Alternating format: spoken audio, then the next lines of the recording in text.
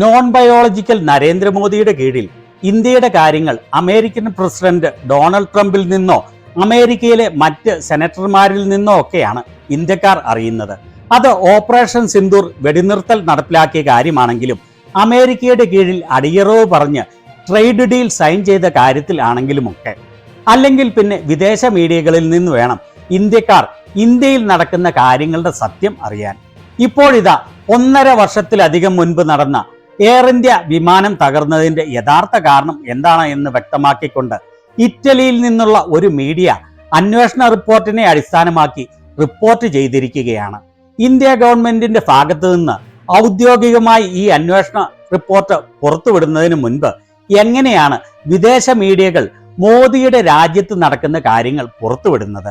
Air India തകരുന്നതിന് കാരണം എന്താണെന്ന ഞെട്ടിപ്പിക്കുന്ന അന്വേഷണ റിപ്പോർട്ടിലെ വെളിപ്പെടുത്തൽ ഈ ഇറ്റാലിയൻ മീഡിയ റിപ്പോർട്ട് ചെയ്തതിന് പ്രകാരം എന്താണ് എന്ന് നമുക്ക് കാണാം. ചാനൽ സബ്സ്ക്രൈബ് ചെയ്യാത്തവർ സബ്സ്ക്രൈബ് ചെയ്യാൻ മറക്കല്ലേ. ഇറ്റാലിയൻ ദിനപത്രമായ കൊറൈരെ ഡെല്ലാ സെറയെ ഉദ്ധരിച്ചുകൊണ്ട് ഇന്ത്യ ടുഡേ പ്രസിദ്ധീകരിച്ച വാർത്തയാണ് ഇത്. ഇതിൽ പറഞ്ഞിരിക്കുന്നു, ഇറ്റാലിയൻ മാധ്യമത്തിന്റെ റിപ്പോർട്ടിൽ പറയുന്നത് അന്വേഷണത്തിൽ കണ്ടെത്തിയത് എയർ ഇന്ത്യയുടെ തകർച്ച മനഃപൂർവ്വം ചെയ്തതാണ്. പൈലറ്റ് മനഃപൂർവ്വം ഫ്യൂവൽ സ്വിച്ച് കട്ട് ഓഫ് ചെയ്തതാണ് എന്ന്. ഹെഡിങ്ങിന്റെ താഴെ എഴുതിയിരിക്കുന്നത് കണ്ടോ? ടെക്നിക്കൽ തകരാറ് കൊണ്ടല്ല, മറിച്ച് മനഃപൂർവ്വം മാനുവലായി എഞ്ചിനിലേക്കുള്ള ഇന്ധനം കൺട്രോൾ ചെയ്യുന്ന സ്വിച്ച് ഷട്ട് ഓഫ് ചെയ്തതിനാലാണ് എയർ ഇന്ത്യ വിമാനം തകർന്നത് എന്ന്. ഈ വിമാന തകർച്ചയെക്കുറിച്ച് അന്വേഷണം നടത്തുന്നവർ കൃത്യമായി കണ്ടെത്തി സാങ്കേതിക തകരാറ് മൂലമല്ല, മറിച്ച് മനഃപൂർവ്വം ചെയ്തതാണ് ഇത് എന്ന്.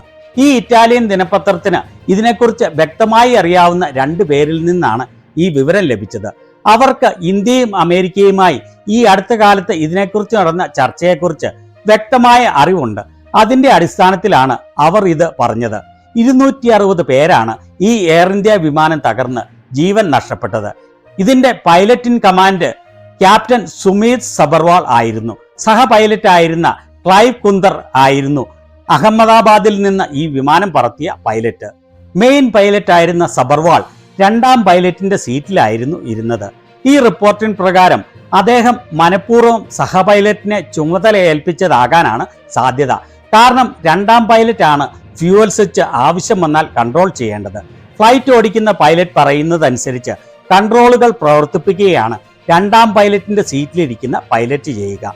ഇവിടെ തുടർന്ന് പറഞ്ഞിരിക്കുന്നു, ഈ ഇറ്റാലിയൻ ന്യൂസ് പേപ്പറിന്റെ റിപ്പോർട്ടിന് ആധാരമായി ഉള്ളത് ഈ 2 പേര് വെളിപ്പെടുത്താത്ത സോഴ്സുകളും പ്രാഥമികമായ റിപ്പോർട്ടിന്റെ വ്യാഖ്യാനത്തെയും അടിസ്ഥാനമാക്കിയിട്ടുള്ളതാണ്. ഇന്ത്യയുടെ directorate general of civil aviation ഇതിന്റെ ഫൈനൽ റിപ്പോർട്ട് ഇതുവരെ പുറത്തുവിട്ടിട്ടില്ല എന്ന്. അങ്ങനെ വരുമ്പോൾ വിചാരിക്കേണ്ടി വരും ഇന്ത്യൻ സിവിൽ ഏവിയേഷൻ അധികൃതരുടെ കയ്യിൽ റിപ്പോർട്ട് ഓൾറെഡി ഉണ്ട് എന്നും അവർ അത് പുറത്തുവിടാതെ പൂഴ്ത്തിവെച്ചിരിക്കുകയാണ് എന്നും. എന്നാൽ ഈ അന്വേഷണം നടത്തുന്നത് പല ഏജൻസികൾ സംയുക്തമായിട്ടാണ് എന്നുള്ള കാര്യം അവർ മറന്നു. ഇവർ റിപ്പോർട്ട് പുറത്തുവിട്ടില്ലെങ്കിൽ തന്നെ മറ്റുള്ള ഏജൻസികൾ വഴി മീഡിയകൾക്ക് വിവരങ്ങൾ ലഭിക്കും. ഇനി തുടർന്ന് പറഞ്ഞിരിക്കുന്നു, ഫൈനൽ അന്വേഷണ റിപ്പോർട്ട് പ്രകാരം ഇന്ത്യയുടെ അന്വേഷകർ ഉറപ്പിച്ചിരിക്കുകയാണ് 2025 ജൂണിൽ എയർ ഇന്ത്യയുടെ വിമാനം എഞ്ചിനിലേക്കുള്ള ഫ്യൂവൽ കട്ട് ഓഫ് ആയതുവഴി തകർന്നത് ഒരു മെക്കാനിക്കൽ ഫെയിലിയർ അല്ല, മറിച്ച് മനഃപൂർവ്വമായി ചെയ്തതായിരുന്നു. അധികാരികൾ ഈ റിപ്പോർട്ടിന്റെ ഫൈനൽ ഡ്രാഫ്റ്റ് പ്രിപ്പയർ ചെയ്തുകൊണ്ടിരിക്കുകയാണ്. ഇതിന്റെ അന്വേഷണത്തിന് സഹായിക്കുന്ന അമേരിക്കൻ എക്സ്പെർട്ടുകൾ ഈ കണ്ടെത്തൽ ഒരു വലിയ ബ്രേക്ക് ത്രൂ ആണ് എന്ന് പറഞ്ഞു എന്നും ഈ ന്യൂസ് പേപ്പർ കൂട്ടിച്ചേർത്തിട്ടുണ്ട്. 2025 ജൂലൈയിൽ ഇന്ത്യയുടെ എയർക്രാഫ്റ്റ് ആക്സിഡന്റ് ഇൻവെസ്റ്റിഗേഷൻ ബ്യൂറോ പുറത്തുവിട്ട പ്രിലിമിനറി റിപ്പോർട്ടിൽ പറഞ്ഞത് വിമാനം ടേക്ക് ഓഫ് ചെയ്ത് നിമിഷ നേരത്തിനുള്ളിൽ പ്ലെയിനിന്റെ ഫ്യൂവൽ കൺട്രോൾ സ്വിച്ച് റൺ പൊസിഷനിൽ നിന്നും കട്ട് ഓഫ് പൊസിഷനിലേക്ക് ഒന്നിന് ശേഷം ഒന്നായി മാറ്റി. അതുപോലെ കോക്പിറ്റ് വോയിസ് റെക്കോർഡിൽ നിന്നും കിട്ടിയ റെക്കോർഡിംഗ് അനുസരിച്ച് ഒരു പൈലറ്റ് മറ്റേ പൈലറ്റിനോട് ചോദിക്കുന്നത് കേൾക്കാം, നിങ്ങൾ എന്തുകൊണ്ടാണ് ഫ്യൂവൽ സ്വിച്ച് കട്ട് ഓഫ് ചെയ്തത് എന്ന്. അപ്പോൾ മറ്റേ പൈലറ്റ് പറഞ്ഞത്, ഞാൻ അങ്ങനെ ചെയ്തില്ല എന്നാണ്. ഇതുവരെ ഗവൺമെന്റ് ഈ ദുരന്തത്തിന് ഉത്തരവാദി പൈലറ്റ് ആണ് എന്ന് തുറന്നു പറഞ്ഞിട്ടില്ല.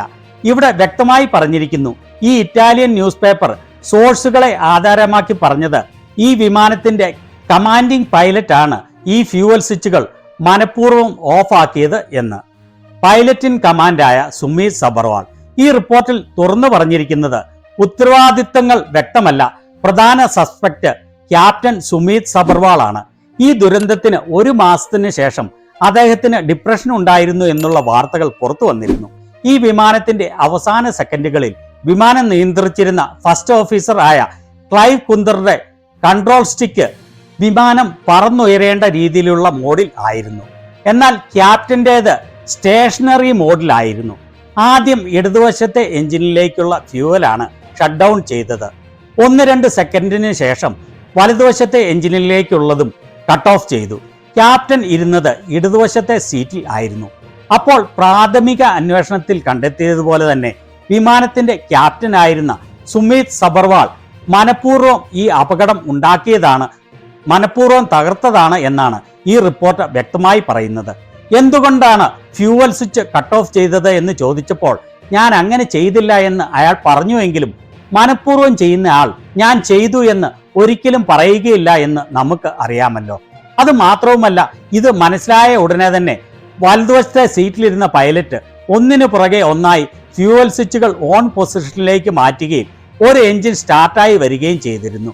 രണ്ടാമത്തെ എഞ്ചിൻ സ്റ്റാർട്ടാവാൻ തുടങ്ങിയപ്പോഴേ വിമാനം ഓൾറെഡി കെട്ടിടത്തിന്റെ മുകളിൽ പതിച്ച് തകർന്നിരുന്നു. വളരെ ചുരുങ്ങിയ ഉയരത്തിനുള്ളിലാണ് ഫ്യൂവൽ സ്വിച്ച് കട്ട് ഓഫ് ചെയ്യുന്നത്. ഒരു 1000 അടി കൂടി ഉയരത്തിൽ ആയിരുന്നു ഈ ഫ്ലൈറ്റ് എങ്കിൽ മനഃപൂർവ്വം ഉണ്ടാക്കിയ ഈ അപകടം ഒഴിവാക്കാമായിരുന്നു. എങ്കിൽ താഴ്ന്ന കെട്ടിടത്തിൽ ഇടിക്കുന്നതിനു മുൻപേ 2 എഞ്ചിനും പ്രവർത്തനക്ഷമമായി മുകളിലേക്ക് ഉയരാനുള്ള ത്രസ്റ്റ് റീഗെയിൻ ചെയ്തേനെ. ഈ പൈലറ്റിന് ഡിപ്രഷൻ ഉൾപ്പെടെയുള്ള മാനസിക പ്രശ്നങ്ങളും അതുപോലെ തന്നെ ഈ അപകടം ഉണ്ടാകുന്നതിന് കുറച്ചു കാലം മുൻപ് അദ്ദേഹത്തിന്റെ ഭാര്യയുമായി ഡൈവോഴ്സ് ചെയ്യുകയും ചെയ്തു എന്ന് വാർത്തകൾ പുറത്തു വന്നിരുന്നു. അതുപോലെ ഏതാനും നാളുകൾക്ക് മുൻപുള്ള അദ്ദേഹത്തിന്റെ അമ്മയുടെ മരണവും ഇദ്ദേഹത്തിൽ വലിയ ആഘാതം ഏൽപ്പിച്ചതായും റിപ്പോർട്ട് വന്നിരുന്നു. അങ്ങനെയുള്ള സാഹചര്യത്തിൽ ഇദ്ദേഹത്തിന് ഫിറ്റ് ടു ഫ്ലൈ സർട്ടിഫിക്കറ്റ് കൊടുത്ത ഡോക്ടറെ ചോദ്യം ചെയ്യേണ്ടതാണ്.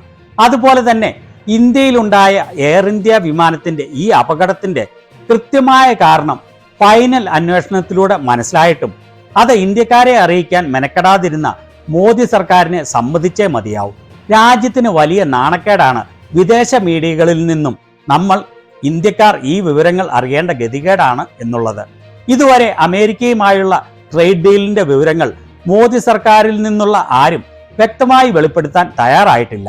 ഏതായാലും മുൻപ് പലരും പ്രാഥമിക അന്വേഷണ റിപ്പോർട്ട് പരിശോധിച്ച് പറഞ്ഞതുപോലെ തന്നെ 1ാം പൈലറ്റായ സുമീത് സബർവാൾ മനഃപൂർവ്വമാണ് ഈ 260 പേരെ കൊലപ്പെടുത്തിയത് എന്നാണ് ഈ അന്വേഷണ റിപ്പോർട്ട് പറയുന്നത്.